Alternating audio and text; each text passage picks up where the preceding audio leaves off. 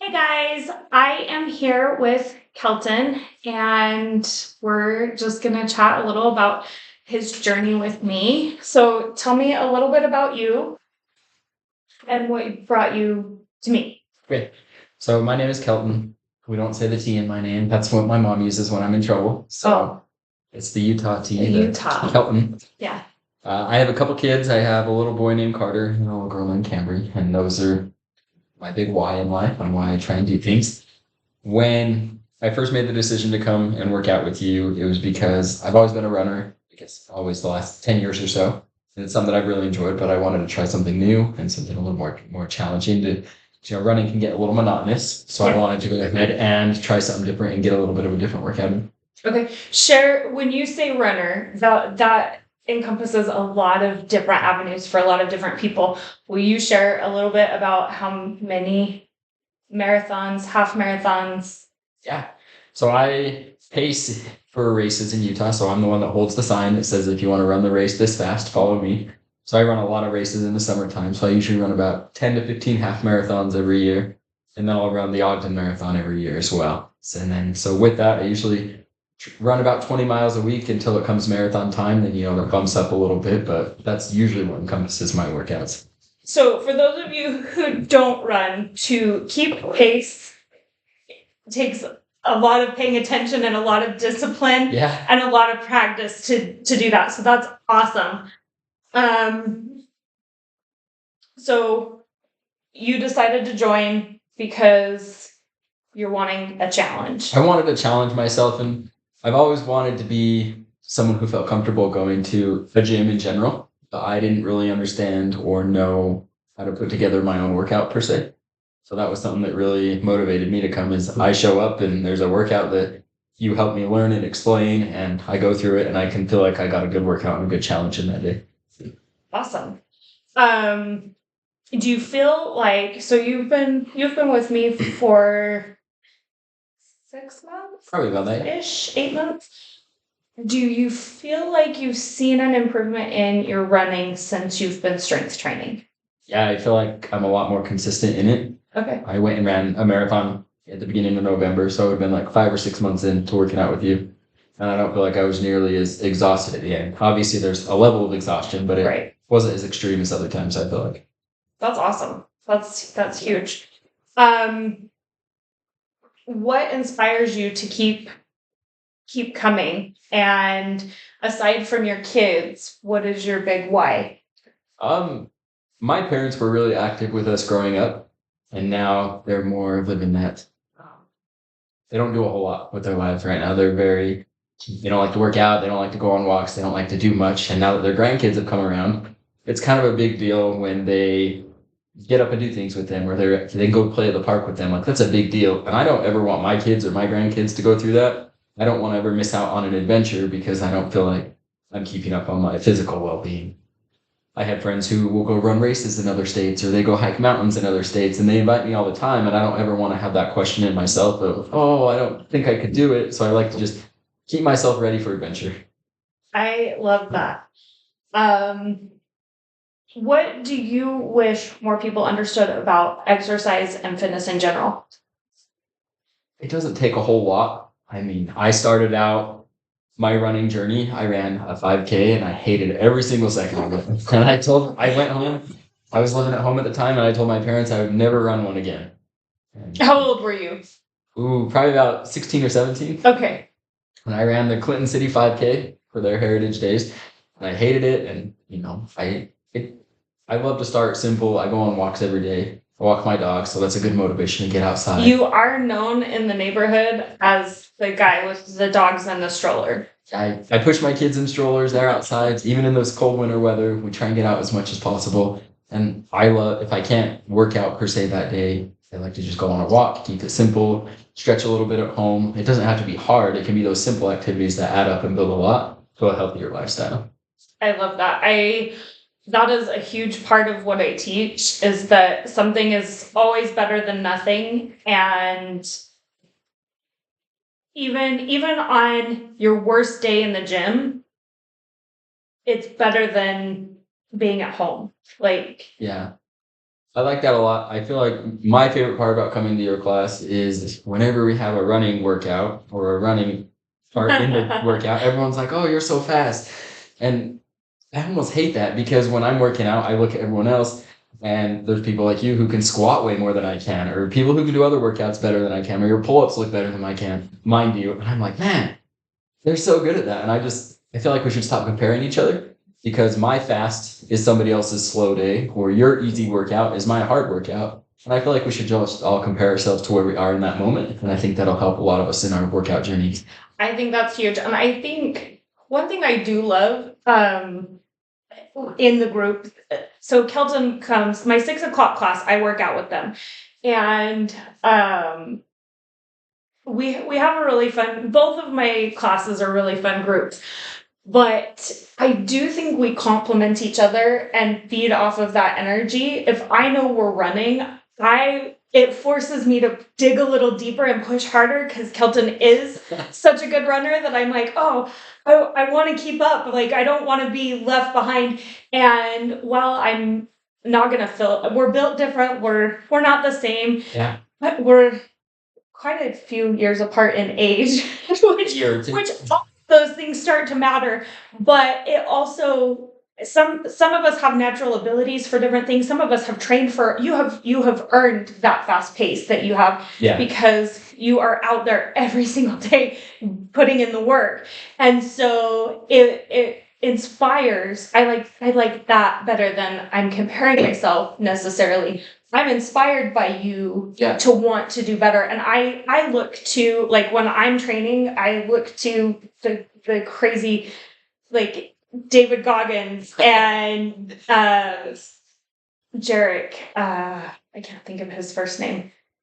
But you're talking about too. Yeah. I look to those, like, super insane, like, 100-miler runners that I'm like, okay, if they can run 100 miles, I can run 5. Yeah.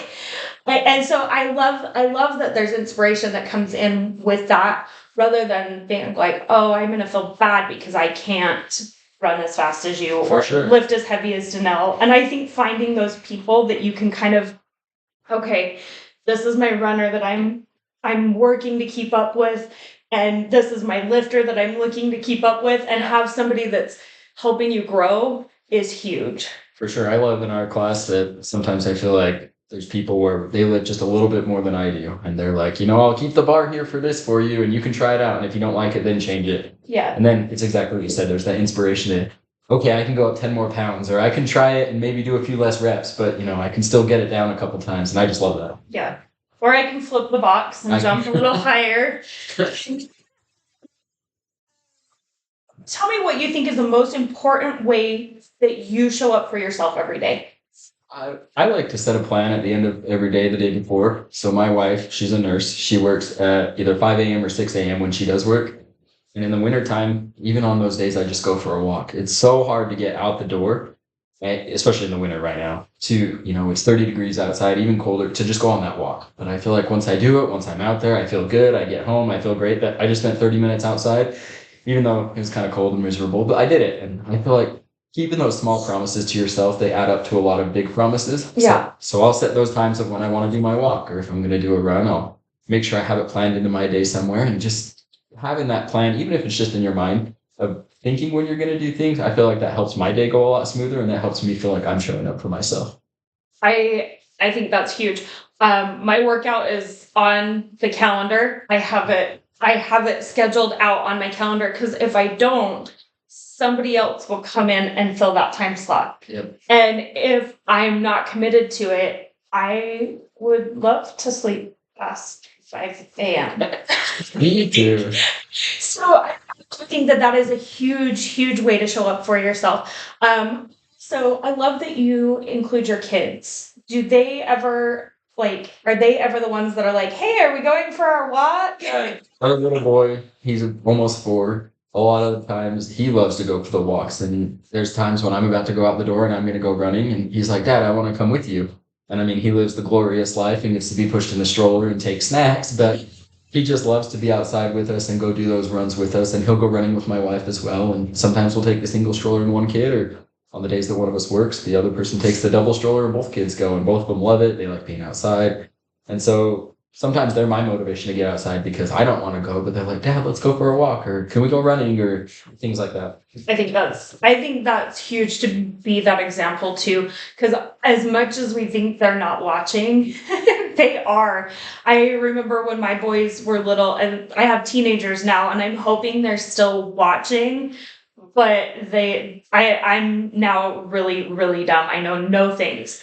But when they were little, I would go out to the gym and I would record. I recorded a lot of my stuff to have content for my Instagram or whatever, or things that I was really proud of. When I got my first pull up, you better believe I recorded that. Okay. Like, that was huge.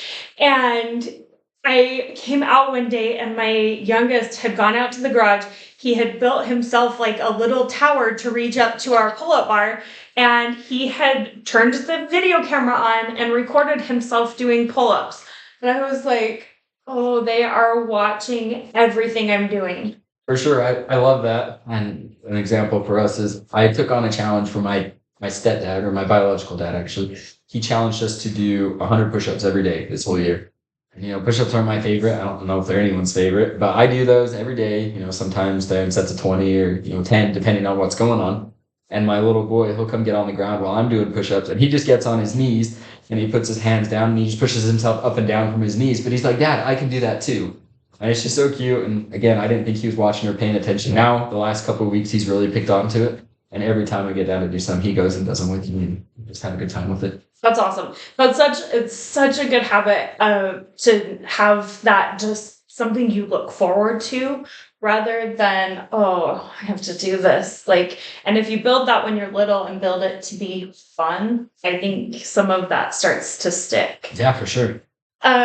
What skills do you think have helped you to be successful and make progress in your journey? Ooh, what skills specifically? I feel like with your classes specifically, one thing that I've liked is that we can schedule them in advance. It's like you said, you don't schedule that time, somebody else is going to come in and take that time. Now I know in my head just my dedication to going to those.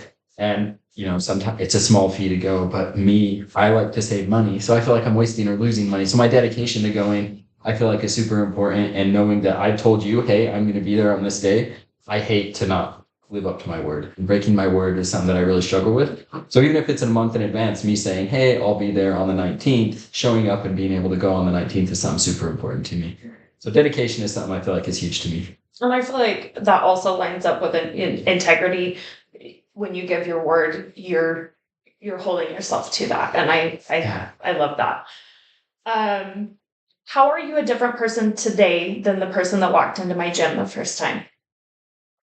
I feel like I haven't always been the most quote unquote like gym buff or guy that you think of when you go to the gym. Even as a runner, a lot of my friends, when I tell them my paces, they're like, oh, I didn't think you ran that fast. I'm like, yeah, me neither. I'm not built like those super skinny people who run marathons and super fast times and all that. And I feel like I've just become a more confident person in being able to believe that, hey, I may not be able to do 30 pull-ups all at one time, but if I'm ever in a situation where I need to lift myself up and over something, I'm able to do that. Yeah. For example, kind of corny story, but we had problems with our dryer recently. And I was back there in a really weird, awkward angle, and I had some shelves above me, and I had to like squeeze down back into the dryer.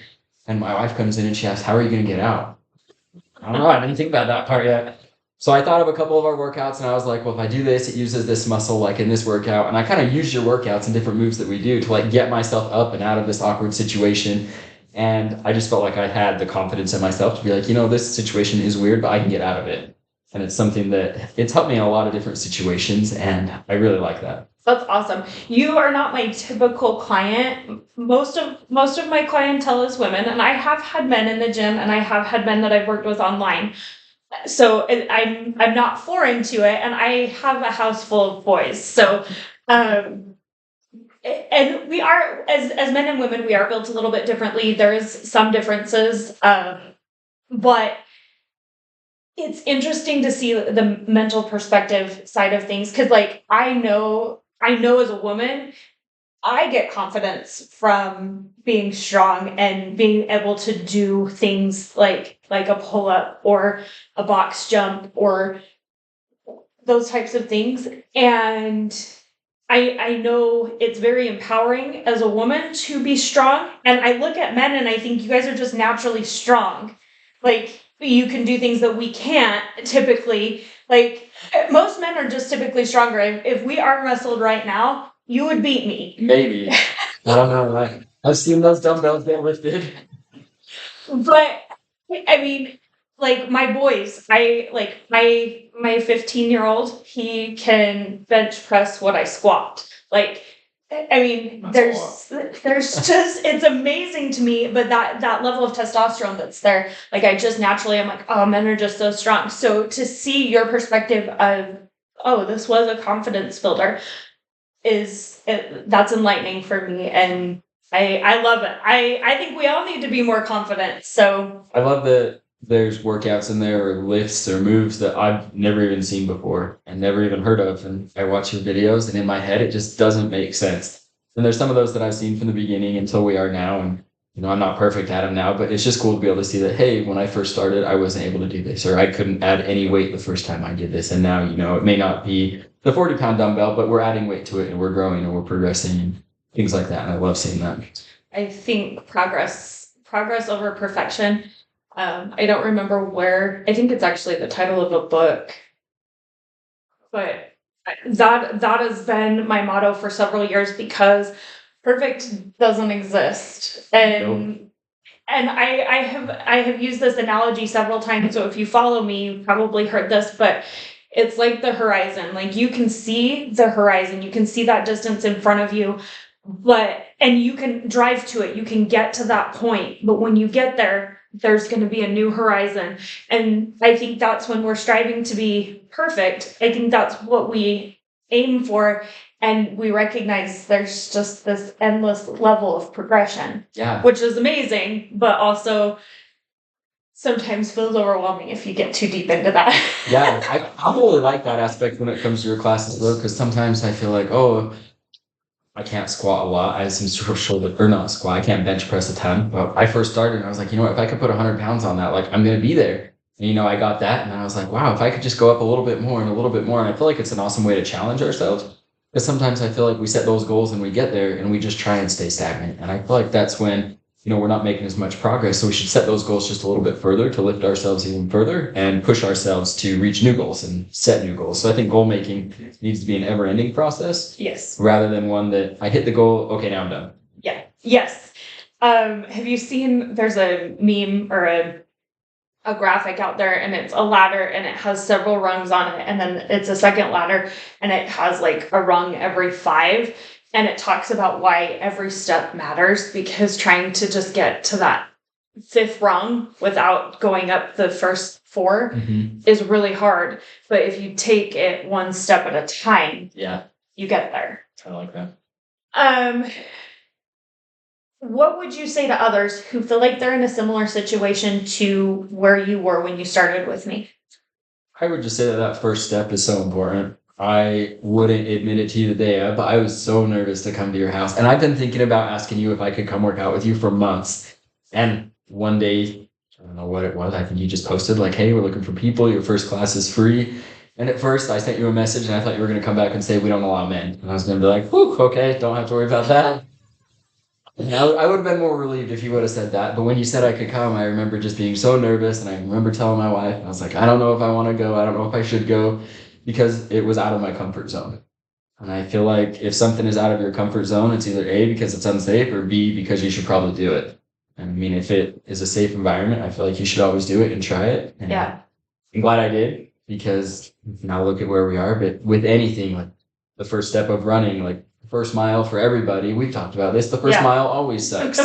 No matter miles you've ran, the first one is like, oh. Yeah.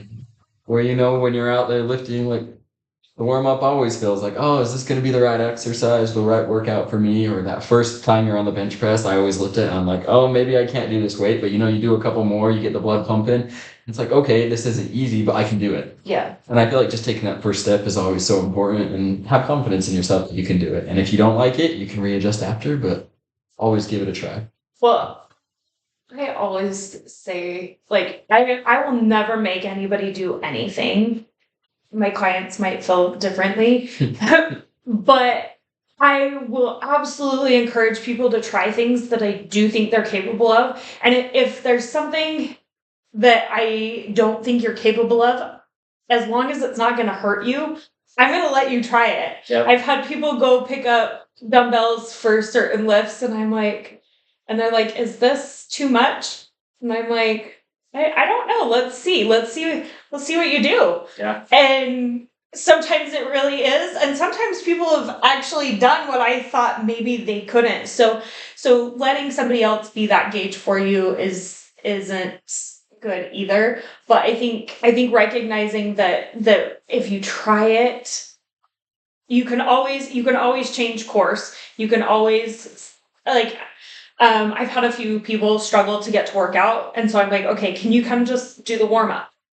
Yeah, I can come do the warm up. And I have honestly had, probably in my almost 10 years, I've had 3 people show up and just do the warm up and go home. And it does several things though.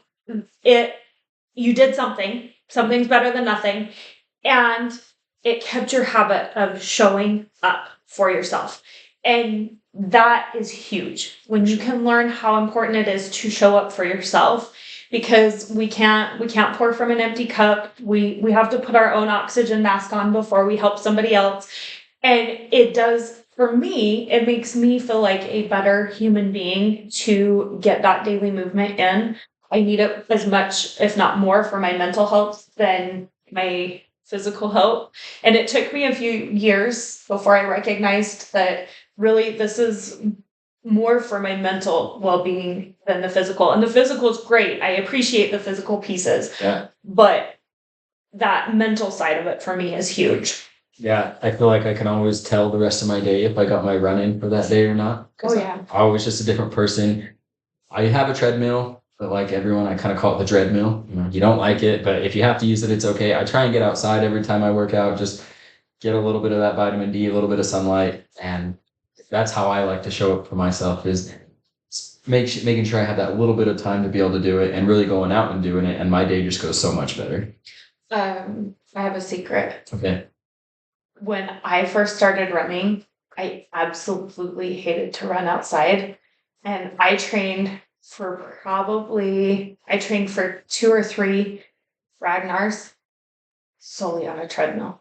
When people tell me things like that, I feel like they're built more mentally tough than I am, because I will do almost anything. You'll see me outside running in rain. I ran in hail, snow. I ran in below 0 temperatures. I hate the treadmill with every fiber of my being. It took me till I was training for my first marathon before I was like, okay, I need to actually take this outside. But I had worked myself up to 8 miles, and I was like, okay, 8 miles is my max on the treadmill. I can't do more than 8 miles, which for me is like an hour and a half-ish. Yeah. And I was like, wow, I don't think I can do more than this. And then I started running outside, and it was the same thing. I was training for Ogden, which is January to May, and it's cold and it's snowy and it's rainy, and I would choose to run outside in all of that through my training, with the exception of wind. Yeah. I won't run in the wind. Wind is hard. Wind is stupid. That's my least favorite. Well, I appreciate you taking a moment to share your experience with us, and hopefully reach somebody that needs to hear what you had to say. I feel like we're all connected. I feel like life is one big puzzle, and I have my section of the puzzle, but Kelton might have a few of my pieces that fit, and so hopefully he had a few of your pieces, and we'll see you next time.